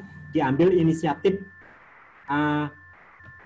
outbound misalkan ya, ada air terjun. Nah, outbound-nya itu bekerja sama dengan pihak-pihak yang terlibat di sana, misalkan yang berkaitan dengan kehutanan. Nah, membentuk koperasi. Nah, outbound-nya ini dikelola oleh koperasi itu, dipasarkan, misalkan ya. Nah, ini tentu kan menghasilkan revenue, menghasilkan income, menghasilkan pendapatan. Nah, ini menjadi unit bisnisnya koperasi. Misalkan demikian ya. Tapi tantangannya sekarang kalau di Jawa, kalau di tempat ini koperasi misalkan mau mengelola itu sudah keduluan dengan BUMDes. Ya, karena potensi itu kan ada di desa. Oh ini punya saya ini. Ya, ini punya saya, maka BUMDes lah yang harus mengelola, misalnya demikian. Tapi kalau belum disentuh oleh BUMDes, koperasi mungkin bisa ya. Oke, sangat bisa. Nah, Pak Bambang masih lagi juga ada pertanyaan. Ini ada pertanyaan yang beberapa bersambung-sambung. Yang tadi ada lanjutnya itu Pak. Pak terkait dengan koperasi susu tadi, koperasi di Pasuruan, koperasi susunya menerapkan juga nggak beberapa teknologi ya? Teknologi apa yang kira-kira diterapkan yang boleh dikasih kita gambaran ini loh, koperasi juga ikut menerapkan teknologi loh, teknologinya kayak gini. Nah, mungkin ada yang bisa kita diberi insight. Terus ini ada pertanyaan menarik nih dari Pak Triyoko. Pak Triyoko ini gabung sama kita. Ini dari lingkaran tengah ini. Pertanyaannya agak sama. Apakah ada koperasi yang punya pengalaman daring? mungkin ini lebih banyak mungkin mengelola koperasi daring, atau mungkin Pak Tri Joko nanti kita kasih kesempatan untuk menyampaikan pertanyaan secara langsung. Monggo, mungkin dijawab dulu Pak Bambang tentang teknologi yang diterapkan di koperasi. Monggo Pak. Ya. Selamat bergabung Pak Triyoko sama Pak Teguh, senior-senior kami. Ya, teknologi gitu ya. Seperti tadi disampaikan oleh Pak Budi gitu ya. Teknologi pemeran sapi perah ya. Teknologi pemeran sapi perah ada yang sudah menerapkan salah satu koperasi di Kabupaten Pasuruan dengan produksi yang 120 ribu liter per hari. Itu sudah menerapkan juga ini dikelola oleh koperasinya, satu teknologi sebagai percontohan. Ini tidak di Ingrati tapi di daerah tinggi. Jadi kalau teman-teman mahasiswa di sana pingin ke Pasuruan, kalau di sana ada Danau Toba, kalau di Pasuruan ada Bromo. Nah, di sekitar Bromo itu ada sentra peternakan sapi perah juga. Nah, kalau mau tahu tentang teknologi yang diterapkan salah satu koperasi dalam pemeran ada juga. Terus yang berjalan di masyarakat teknologinya lebih banyak mungkin di pembuatan pakan mungkin ya. Tapi teknisnya mungkin saya tidak tahu di dalamnya gitu ini mungkin Pak Budi punya pengalaman itu. Ya mungkin campuran dari bahan baku pakan ternaknya, mungkin rumput yang mengelola rumput bagaimana. Ini ada koperasi yang karena faktor utama juga sapi perah itu diantaranya sisi pakan, baik pakan konsentrat maupun pakan hijauan. Nah, tantangan di hijauan ini kalau di Jawa ini semakin terbatas. Nah, tentu koperasi juga harus berdaya upaya bagaimana mensuplai pakan hijauan untuk peternaknya itu, misalkan dengan varietas rumput yang cepat tinggi, misalnya cepat besar, atau memiliki protein yang tinggi. Nah, itu koperasi juga menerapkan teknologi itu. Terus teknologi di kandang juga ya, karena kandang peternakan rakyat ini kan beda dengan kalau mungkin di luar negeri ya, karena dilepas gitu, sapi perahnya dilepas. Kalau di Indonesia kan peternakan rakyat ya dikandangkan. Iya. Tentu harus ada ya teknologinya, mungkin teknologi yang tidak padat modal itu. Tapi ini juga bagian daripada teknologi yang supaya kebersihan kandang itu menjadi lebih baik. Terutama bagi peternakan rakyat. Gitu. Ini Pak. Ya, kalau teknologi ya. Kalau yang sapi peternakan di sapi perahnya demikian. Tapi kalau teknologi sudah di mana ini di sapi perahnya, di susunya yang sudah diterima koperasi, ada yang jadi lewat Android. Ada koperasi yang koperasi anggota store anggota sudah tahu. Apa yang anggota yang melek teknologi Android-nya sudah dipakai ya? Oke. Ya, ini nggak belum menyuruh karena peternakan rakyat sebagian besar juga masih awam terhadap gadget yang seperti anak-anak muda. Kalau peternak sebagian besar kan bukan anak muda, bukan milenial, sehingga tapi sudah ada yang menerapkan itu, meskipun masih awal ya. Terima kasih. Siap. Nah, ini Pak. Kalau saya kira ada satu pertanyaan nih Pak mahasiswa kira-kira bisa gabung nggak Pak ya kalau bikin koperasi gitu, atau boleh nggak Pak dapat bekerja sama suatu waktu nanti kalau mereka misalnya udah bikin koperasi?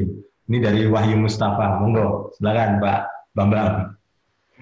Kami sangat senang ya, kami sangat senang jika sampai akhirnya di Sumatera Utara dengan Jawa Timur khususnya Kabupaten Pasuruan sampai kerjasama ya kerjasama dalam bentuk apapun yang bisa ya, mungkin pertukaran teknologi atau mungkin pertukaran pengalaman, baik sekarang ini medianya sudah Zoom misalkan jauh, saya pikir sangat memungkinkan.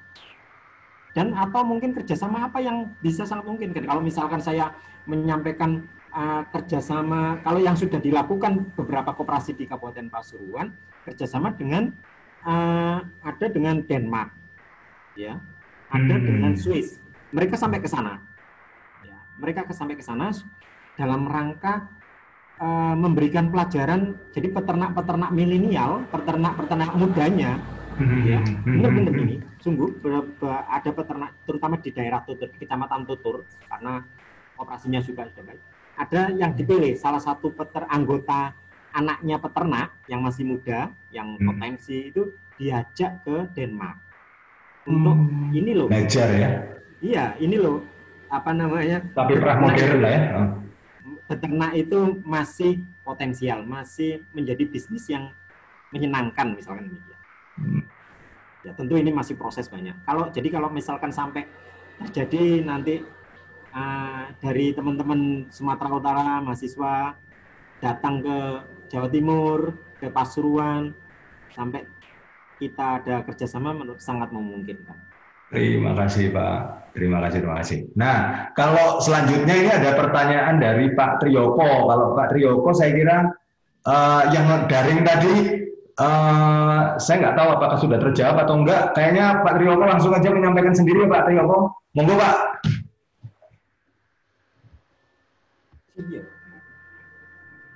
Halo, selamat siang, selamat pagi. Selamat pagi Pak. Kedengaran? Saya sih kepikiran usul nih Pak dosen Aldon itu. Andaikan di Politeknik sana itu dimulai dengan koperasi mahasiswa, tapi basisnya adalah daring. Basisnya daring, Pak. Oke. Ya Pak. Cuman saya nggak kepikiran ini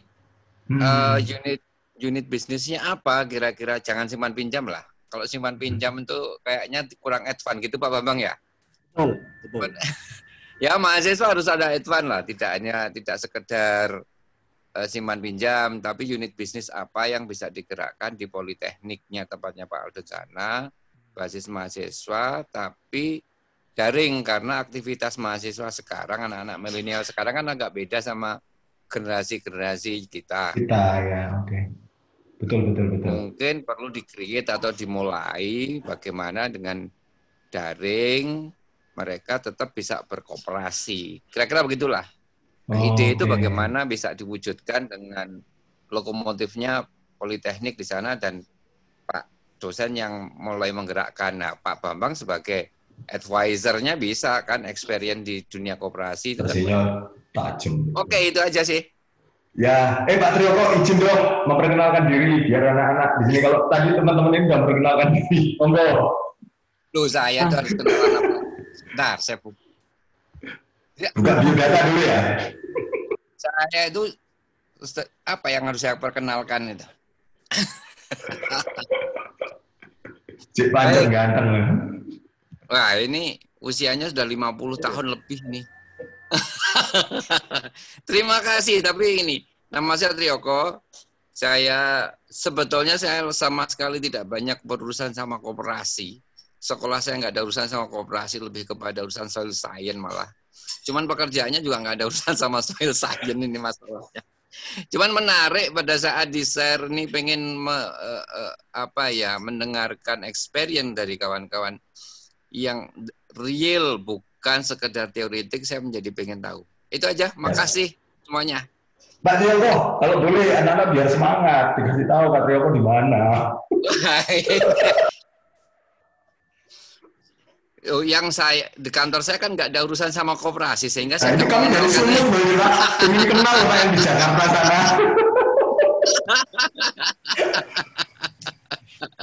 Oke, kapan-kapan next time pada kira-kira yang urusannya mirip-mirip lah. Oke. Boleh, jadi kapan-kapan kita undang. Kita minta Pak Triyoko ini ya, sharing pengalaman Pak Triyoko ya. Siap. Terima kasih Pak Tri. Oke. Terima kasih. Jadi Pak Triyoko kesuwen ya. Saya memperkenalkan diri, itu Pak Teguh dan memperkenalkan saya ngomongkannya. Pak Triyoko ini berdinas di kantor sekretariat Presiden, adik-adik. Jadi kalau mau titip salam ke Pak Jokowi langsung sekarang titip salam ke Pak Triyopo. Oke, kita masuk lagi Pak. Ini ada satu pertanyaan menurut saya yang menarik. Saya ingin Pak Budi mungkin boleh menjawab, nanti ditambah Pak Bambang. Pak Budi kan banyak anak-anak berpikirnya gini. Kita ini yang anak-anak muda kita sekarang memang kita kan nggak punya mata kuliah koperasi memang jadinya secara khusus. Kalau kita dulu kita diajarin Pak Budi. Pak Budi boleh nggak cerita sebetulnya perannya Pak Budi kalau sebagai peternak gitu di dalam koperasi itu sampai seberapa jauh ya Pak Budi? Jadi apakah kepengurusan itu yang menentukan adalah peternak atau memang koperasi udah punya manajemen sendiri dan lain sebagainya? Dan bagaimana sih koperasinya yang Pak Budi ikutin sekarang? Manajemennya gitu kira-kira diisi orang-orang yang bagaimana? Monggo Pak Budi silakan. Jadi gini Pak Aldan, kalau saya ini kebetulan fokusnya di peternakannya. Di peternakan dalam arti saya fokus di produksi susunya. Kemudian di koperasi saya hanya sebagai anggota biasa, anggota aktif biasa, bukan pengurus. Jadi di koperasi yang saya ikuti itu ada manajemen sendiri. Jadi kebetulan saya tidak terlalu masuk di manajemen koperasi. Coba kalau pertemuan, saya sering diundang, saya juga sering ikut, saya juga sering mengajukan mungkin usul atau pendapat atau solusi atau apa yang selama ini kami lakukan. Jadi itu Pak, jadi kebetulan sekarang ini hanya cuma saya fokus di produksinya aja. Jadi saya tidak masuk di koperasinya, ada manajemen sendiri. Ya, dari ada ketua, ada sekretaris bendahara sendiri. Cuma kalau sebagai anggota, salah satu sebagai anggota, saya juga turun aktif untuk memberikan masukan dan pendapat. Itu aja Pak. Oke, terima kasih. Kalau sebetulnya kayak pengurus koperasi itu strukturnya kalau di koperasinya Pak Budi yang isi siapa Pak Budi? Itu koperasi itu dipilih oleh anggota Pak. Jadi koperasi itu kekuasaan tertinggi di anggota. Jadi kalau tiap tahun ada RAT itu pemilihan pengurus itu tiap 5 tahun sekali. Jadi di situ nanti ada forum untuk penentuan pengurus, nanti itu anggota yang pemilih suara tertinggi adalah anggota. Jadi anggota berhak menentukan siapa yang jadi ketua, siapa yang jadi bendahara, sekretaris dan seterusnya. Tentunya dengan mekanisme yang sudah ditentukan oleh koperasi dan juga ada juga dari pemerintah daerah dalam hal ini dinas koperasi yang sebagai pembina, selaku pembina. Nanti di forum itu nanti semua pemangku kepentingan akan duduk bersama, nanti dirumuskan siapa yang jadi ketua, bendahara, sekretaris, tentunya setelah mendengarkan masukan dan usulan daripada anggota. Jadi sebetulnya anggota atau peternak itulah yang ngurus koperasi sebetulnya ya? Sebetulnya sebagai pemilik itu sebetulnya. Pengurus ini pemilik betul ya, lebih ke pemiliknya betul. Ya, wakil dari peternak sebetulnya. Oke. Ya, panjangan daripada anggota lah. Siap. Oke. Mungkin Pak Bambang ada yang ditambahkan soal manajemen koperasi Pak, monggo Pak. Baik. Kalau dibayangkan koperasi itu sebagai perusahaan, ya, mungkin teman-teman mahasiswa juga, kalau pengurus ini mungkin, kalau anggota itu pemegang saham, ya, kalau pengurus itu mungkin komisarisnya. Kalau yang komisaris ini, pengurus itu harus dari anggota. Tapi yang direktur, yang ngelola, direksi, jajaran direksinya, itu ketentuannya boleh bukan anggota. Tapi lebih baik kalau kemudian bagian daripada anggota. Nah, misalkan yang jadi direksi, misalkan penyebutan pengurus yang umum, penyebutan komisaris tadi saya sesuaikan dengan kondisi di lapangan. Misalnya kalau yang komisaris tadi pengurus gitu ya. Nah, itu di bawah pengurus itu manajer. Artinya tugas-tugas pengelolaan manajerial di koperasi oleh pengurus didelegasikan kepada manajemen yang dikoordinir manajer gitu ya. Nah, manajer ini kalau lebih besar mungkin direktur tadi itu. Nah, yang manajer tidak harus dari anggota. Oke. Tidak harus dari anggota, tapi lebih baik kalau bagian daripada anggota. Misalkan dipilih adalah anggota yang punya kemampuan. meningkatkan kemampuan manajemen apa-apa ya bagus. Atau mungkin tidak ada, mungkin keluarganya, atau mungkin SDM yang ada di kecamatan tersebut. Nah, jadi ekonomi atau manajemen atau koperasi itu hanya di kecamatan itu saja kemampuan, mengutamakan dari sumber daya yang ada di daerah itu, maksud saya gitu ya. Tapi apabila tidak ada karena kebutuhan manajemen, tuntutan bisnisnya mensyaratkan dan yang ada itu dari luar, ya enggak apa-apa, yang di manajemen tadi. Sementara ini yang ada di lapangan lebih banyak memang ya di sekitar anggota saja. Tapi secara teori demikian. Ya. Ini yang mungkin pertanyaan itu Pak Aldan ya. Ya, Pak Bang. Jadi boleh ya saya misalnya ini sampaikan ke mahasiswa. Jadi sebetulnya mahasiswa, anak-anak muda kita ini yang nanti akan jadi orang-orang agribisnis, akan jadi orang-orang pertanian masa depan kita, itu bisa punya kesempatan untuk langsung untuk joining koperasi, untuk bergabung dengan koperasi atau memperkuat koperasi lewat dua cara ya. Pertama, kalau kamu jadi petaninya maka kamu bisa jadi anggota koperasinya, gitu ya. Yang kedua, kalau kamu punya kapasitas manajerial, punya ide kuat, punya penguasaan teknologi yang baik, maka kamu punya kesempatan untuk mengisi dan memperkuat koperasi di level manajernya yang membantu pengembangan unit-unit bisnisnya koperasi supaya unit bisnisnya itu jadi gede. Jadi dia tuh kayak adik-adik sekalian, kebetulan ini sekalian juga mungkin Pak Triyoko, Pak Bambang, Pak Budi tahu. Kami itu kalau di Politeknik WBI ini adalah sekolah entrepreneur sebetulnya. Jadi kalau kita itu tujuannya untuk mencetak entrepreneur. Kami bikin pendidikan D4, tujuannya bukan hanya sekedar mereka profesional untuk bisa diterima di dunia kerja, tetapi kita ingin kejar mereka supaya mereka bisa jadi entrepreneur. Jadi kami berharapnya begitu. Nah, maka adik-adik sekalian, kayak kita tahu beberapa pola entrepreneur kita itu kan ada yang namanya startup ya. Startup itu biasanya dia punya ide. Banyak startup itu punya ide tapi nggak punya tempat untuk mewujudkan idenya. Makanya kita ada presentasi-presentasi bisnis yang nanti tujuannya untuk mencari investor-investor yang mau masuk ke bisnis kita. Kesempatan kita di koperasi sebetulnya adalah kalau kamu kenal banyak koperasi besar di Indonesia, dan bukan sedikit ya koperasi besar ya, boleh dinotifikasi Pak Bambang betul ya saya. Jadi memang Pak Bambang cerita tadi di awal banyak koperasi gagal, tapi banyak juga yang berhasil adik-adik, nggak usah khawatir. Dan ukurannya itu mungkin mendekati puluh dan ratusan miliar aset. Artinya kapasitasnya udah gede. Mereka itu adalah koperasi-koperasi yang butuh ide-ide segar ya. Jadi kalian boleh loh kenalan sama orang-orang koperasi lalu kemudian mencoba menawarkan ide kalian, kalau kalian punya ide, untuk mendevelop lebih gede koperasinya. Jadi kalau koperasi punya bisnis baru akan sangat gede. Ini tadi Pak Triyoko ngasihkan sebuah catatan menarik buat kita ya. Tuh, bagaimana ya kalau anak-anak muda itu mulai kembangkan koperasi pekebun sawit, dihimpun gitu jadi koperasi, tapi koperasinya itu bukan bikin CPO jadi food grade, bukan CPO jadi minyak goreng atau CPO untuk pengolahan pangan, tapi CPO untuk fuel grade, untuk bahan bakar. Karena memang ingat pemerintah kita itu lagi mendorong pengembangan biofuel buat Indonesia. Saya kira ini ide menarik. Kalau ada anak muda sekarang boleh koneksi dengan koperasi yang sudah mapan, lalu menawarkan sebuah ide pengembangan unit bisnis fuel grade, pengolahan fuel grade,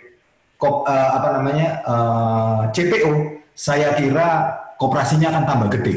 Karena dia punya nilai bargain bagus ya. Artinya kan gini, kalau koperasinya punya dua kanal gitu ya, satu jual minyaknya ke minyak goreng atau jual minyaknya ke Pertamina dan mereka punya pilihan, betul nggak Pak? Kalau itu artinya operasinya punya bargain ya. Kalau minyak goreng harganya jatuh ya kita jual ke Pertamina, kalau Pertamina harganya jatuh ya kita jualnya ke minyak goreng. Maka koperasi akan lebih punya kekuatan ekonomi sebetulnya di tata niaga. Mungkin itu menambahkan menambahkan apa yang disampaikan oleh Pak Bambang tadi. Pak Bambang, saya punya pertanyaan mungkin pertanyaan yang menutup kesempatan kita kali ini. Pak Bambang, seberapa independen sih koperasi pada akhirnya nanti? Kan tadi dikatakan koperasi itu tempatnya bukan di jalurnya badan usaha milik negara atau milik daerah, tapi di jalurnya badan usaha privat gitu ya. Pak, ke depan itu nanti akan seberapa independen sih koperasi, akan bisa seberapa gede sih koperasi masa depan ya menurut sudut pandangnya Pak Bambang. Dan saya nanti terakhir juga saya minta closing speech dari Pak Budi. Gimana sih sebetulnya pandangannya Pak Budi nanti sebagai peternak untuk koperasi Indonesia yang semakin besar masa depan mungkin. Monggo Pak, silakan Pak Bambang, Pak Budi. Dibatasi waktu ini? Yes. Oh enggak dibatasi waktu, tapi silahkan monggo disampaikan. Saya ingin menanggapi yang disampaikan Pak Aldon tadi. Saya setuju, ya, saya setuju banget jika tadi ide-ide tentang yang dilontarkan oleh Pak Yoko tentang sawit tidak dikelola hanya sebatas itu saja, tapi ada modifikasi itu yang disampaikan Pak Aldon, setuju. Terus kemudian mahasiswa masuk ke dalam manajemen. Menurut saya menjadi anggota tadi itu bisa langsung kemudian kalau menentukan mungkin di tingkat komisaris misalkan, maksud saya tadi di pengurus, jadi lebih bisa memberikan arah kepada koperasinya. Ya, kalau kemudian tidak kalau bahasa Jawa itu tidak konten, tidak kepingin lebih ke manajemen, jadi manajer boleh, tapi dijadikan sampai ke pengurus supaya bisa menentukan arah koperasi juga punya kesempatan itu. Yang pertama itu. Yang kedua, saya sependapat dengan Pak Yoko, ya, koperasi atau mungkin anak-anak muda itu bisnisnya harus juga berkaitan dengan bisnis-bisnis yang milenial. Ya, koperasi jangan isi peluang-peluang bisnis yang bisa disentuh oleh anak muda tapi tetap tidak meninggalkan kebersamaan. Artinya tidak dikuasai oleh orang per orang gitu ya. Misalkan mau berkoperasi, apa ya bisnisnya Pak Yoko gitu ya. Kalau yang gampang-gampang mungkin ya jasa kurir misalkan. Kalau sudah ada di perusahaan, di universitas itu misalkan sudah ada koperasinya misalkan ya. Ingin ada koperasi yang lain karena tidak puas dengan koperasi itu misalkan, atau mengidekan kepada koperasi yang sudah ada. Nah, yang kurir tadi itu apa? Kurir sekarang ini apa? Ekspedisi itu ya mungkin sudah punya kompetitor yang lebih nasional gitu ya. Nah, ini dengan sentuhan teknologi gitu ya, mahasiswa masuk di sana ya. Atau mungkin maksudnya ya teknologi di koperasi yang di tingkat mahasiswa, koperasi mahasiswa tadi kalau belum ada ya bagaimana supaya ini bisa jasa kurir apa? Kurir makanan antar kos-kosan misalkan, atau mungkin jasa titip, just trip gitu ya. Misalkan demikian. Atau mungkin bagaimana parkir itu bisa disentuh teknologi tapi dikelola oleh koperasi. Nah, misalkan apa lagi? Ya kalau Pak Yoko mungkin alergi terhadap simpan pinjam, ya mahasiswa harus bisa membuktikan bagaimana supaya simpan pinjam ya jasa financing itu mampu dikelola oleh koperasi dengan tidak meninggalkan sentuhan teknologi. Ya tinggal pembuktiannya aja. Memang banyak yang bullshit, banyak yang brengsek gitu, tapi koperasi mahasiswa harus bisa membuktikan dengan sentuhan teknologi ternyata simpan pinjam itu bisa bermanfaat bagi anggotanya dengan sentuhan teknologi. Ya sekarang banyak. Fintech.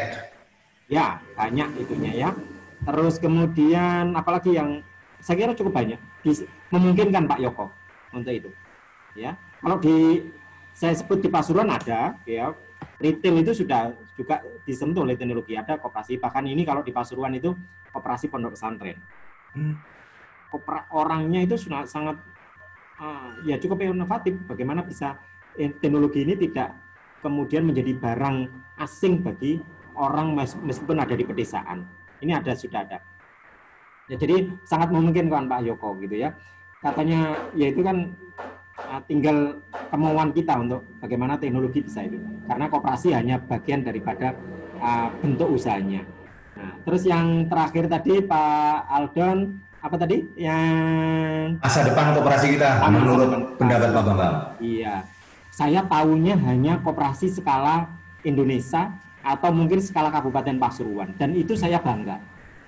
Ya, ada koperasi yang saya tidak bisa menunjukkan. Kalau di sini saya sebut nama koperasi, mungkin teman-teman mahasiswa mungkin mana itu gitu ya? Ya apa itu? Tapi itu sudah membuktikan di tingkat Kabupaten Pasuruan bermanfaat bagi anggota. Tapi kalau katanya, saya juga belum tahu gitu ya. Katanya ini, kalau di skala internasional gitu ya, katanya Barcelona itu bentuknya koperasi katanya. Ya, Barcelona ya, football club. Barcelona itu tidak dimiliki oleh oleh perorangan gitu ya, mungkin ya. Tapi bentuknya seperti koperasi di Indonesia. Kira-kira demikian. Saya belum tahu. Ya. Terus apalagi ya? Nah ini apa itu? Toko bangunan itu apa namanya? AC. Ace Hardware, betul. Katanya bentuknya juga koperasi, tapi saya juga belum tahu. Okay. Misalkan teman-teman mahasiswa itu belajar ke Pasuruan, insya Allah lebih jelas bisa saya gambarkan bagaimana mengelola itu, kira-kira ya. Siap. Saya enggak bisa menjelaskan di sini mungkin karena jarak jauh agak itu. Tapi kira-kira demikian aja lah. Jadi koperasi itu mengumpulkan modalnya, tapi bisnisnya ini dikelola secara profesional. Bentuknya badan usaha lain, bentuknya PT misalkan. Nah ini dikelola oleh orang-orang profesional. Nah yang di rumah besarnya itu badan usahanya koperasi, menghimpun dana dari para masyarakat yang kemampuan modalnya sebetulnya kecil. Mungkin AC itu juga demikian. Mungkin Barcelona itu juga demikian. Ya. Jadi kalau di tingkat manajemennya ini dikelola secara profesional. Ya. Koperasinya deh, kira-kira gimana? Jadi Barcelona sama AC itu katanya koperasi. Jadi sangat memungkinkan. Ya. Kalau di Indonesia ya saya belum ada yang levelnya seperti itu ya. Kalau disebut ya mungkin apa ya? Ya masih sekitar simpan pinjam saja. Tapi punya kesempatan itu. Ya. Sebagai closing statement gitu ya. Ya, menurut saya dunia sudah berubah. Kesempatan sama, baik perorangan maupun kolektif, baik berdasarkan bentuknya koperasi maupun non koperasi. Ya. Jadi semua bisa punya kesempatan untuk mengekspresikan menjadi lebih baik sebagai apa di bidangnya, passionnya apa, sebagai birokrat, sebagai politikus, sebagai entrepreneur, ya, sebagai volunteer, ya, punya kesempatan yang sama. Tentu tujuannya ya, atau mungkin sebagai teacher, dosen, lecturer. Nah, itu kesempatan yang penting tujuan yang baik, kan gitu kan? Komitmen yang baik. Ya. Saya pikir itu sebagai closing. Terima kasih. Mungkin Pak Budi.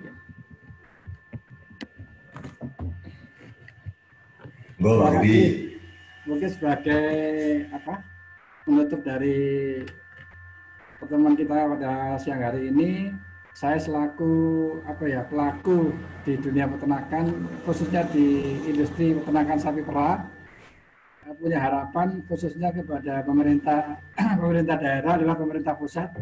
Mungkin dalam hal ini bisa diwakili oleh Pak Bambang selaku pemangku kepentingan dari Dinas Koperasi, agar mungkin senantiasa menjaga marwah dari koperasi, khususnya koperasi susu yang ada di daerah kami. Karena apa? Marwah dari koperasi sebetulnya kan dibuat untuk koperasi itu, dan awalnya dibuat untuk kesejahteraan anggota. Jadi harapan kami itu aja yang perlu dijaga, benar-benar dijaga, agar tujuan awal koperasi adalah untuk kesejahteraan anggota secara maksimal. Itu aja, terima kasih. Baik, terima kasih Pak Bambang, Pak Budi yang sudah memberikan dan men-sharing kita tentang insight koperasi. Adik-adik, ini baru bagian kecil dari koperasi. Mungkin kemarin kita masih melihat koperasi sebagai sebuah badan yang konvensional banget ya, ini kok jadul banget buat adik-adik sekalian. Oh, begitu dengar kata koperasi, kok kayaknya kita berhadapan sama masa lalu. Ternyata tadi sampai di sini sudah lihat bahwa koperasi punya potensi besar untuk maju ke masa depan. Mulai dari pengembangan teknologi, sudut pandangnya dia, bahkan tuh anak-anak petani di Pasuruan sudah dibawanya bukan hanya main di Bandung ya untuk belajar tentang peternakan, mainnya ke Denmark, langsung ke ilmu sapi perah ya, karena Holstein dari sana, betul Pak ya? Holstein dari Denmark, dari Belanda ya, Benelux. Itu artinya apa? Artinya koperasi dan perkembangannya itu bukan hal yang main-main adik-adik. Dan adik-adik berpeluang untuk mempunyai istilahnya menjangkau okupasi di koperasi, baik sebagai anggota koperasi dan pendiri koperasi dan pemilik koperasi bersama ini ya komunitas pemilik koperasi, maka adik-adik juga punya peluang untuk berperan sebagai manajer dan pengembangan bisnis koperasi, karena koperasi di Indonesia itu membutuhkan pemikiran-pemikiran baru, membutuhkan ide-ide baru untuk mengembangkan kemajuan koperasi di Indonesia. Dan ini tadi ada juga tambahan lagi dari Pak Triyoko nih, koperasi bisa jadi crowdfunding loh, benar sekali itu. Kalian baca lagi adik-adik yang di entrepreneurship itu udah baca tentang crowdfunding. Kalau crowdfunding itu punya masa depan yang besar. Indonesia itu gayanya dari dulu itu arisan. Arisan itu nggak pakai agunan beres, bisa jalan. Dan itu adalah model crowdfunding yang paling mendasar. Dan kita itu punya potensi sebagai bangsa yang hebat dalam segi pembiayaan melalui model-model yang seperti itu. Semoga adik-adik akan punya ide. Lalu di sini saya sudah dikasih izin ini membagi nomor HP-nya, itu Bapak Budi Purwanto dan Pak Bambang sudah membagikan nomor kontak kalau kalian ingin lebih jauh. Buat yang mau internship, semoga nanti kalau sudah selesai nih pandemi COVID dan udah agak lebih aman, kita udah bisa masuk Jawa Timur di bulan Februari. Saya kira nomor kontak ini akan sangat berguna. Yang pingin deket sama koperasi, nanti kita minta tolong Pak Bambang ya, deket-deketin adik-adik ini ke koperasi biar koperasi sebagai soko guru dan harapan menjaga marwah koperasi untuk mensejahterakan petani dan mensejahterakan Indonesia akan semakin berhasil. Saya kira mungkin itu. Terima kasih kembali Pak Bambang. Saya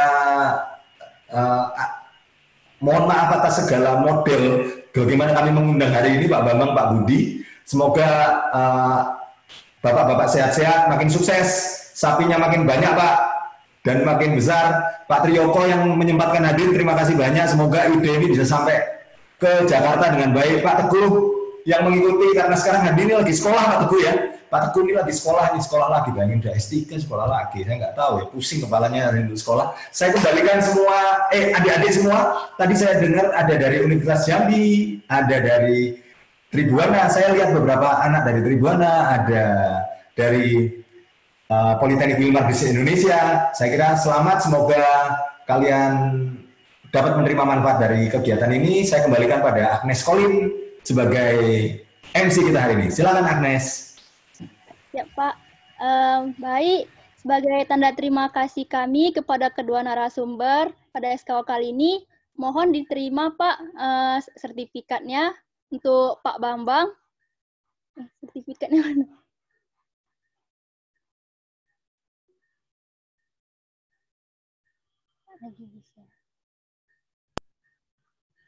Untuk Pak Bambang, dan kemudian untuk Pak Budi.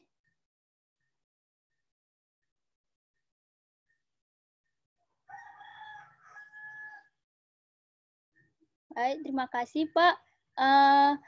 Dan mohon kesediaannya Bapak untuk berfoto bersama peserta.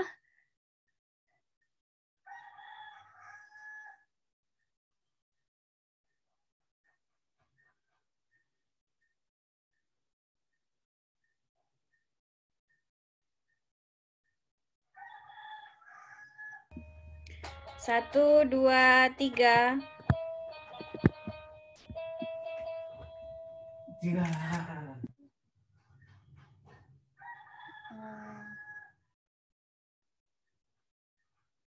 Sudah?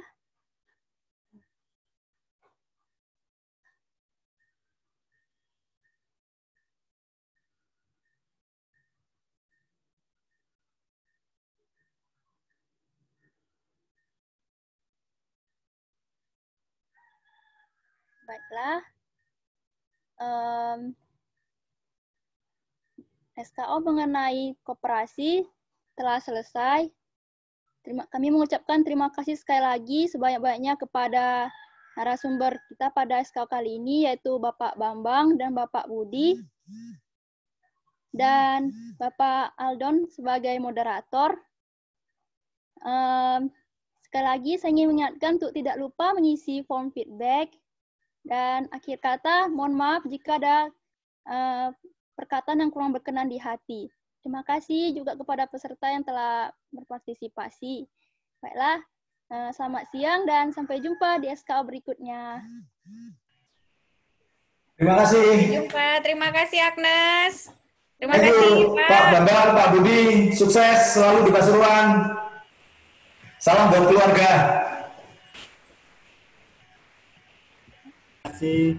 Masih mau ngobrol Pak atau tak matiin? Udah, matikan. Oh, Terima kasih. matikan. Oke, terima kasih Kita Bapak. bisa ngobrol lewat chat. Oke, permisi ya Bapak-bapak, adik-adik. Ya. Terima kasih. Yuk.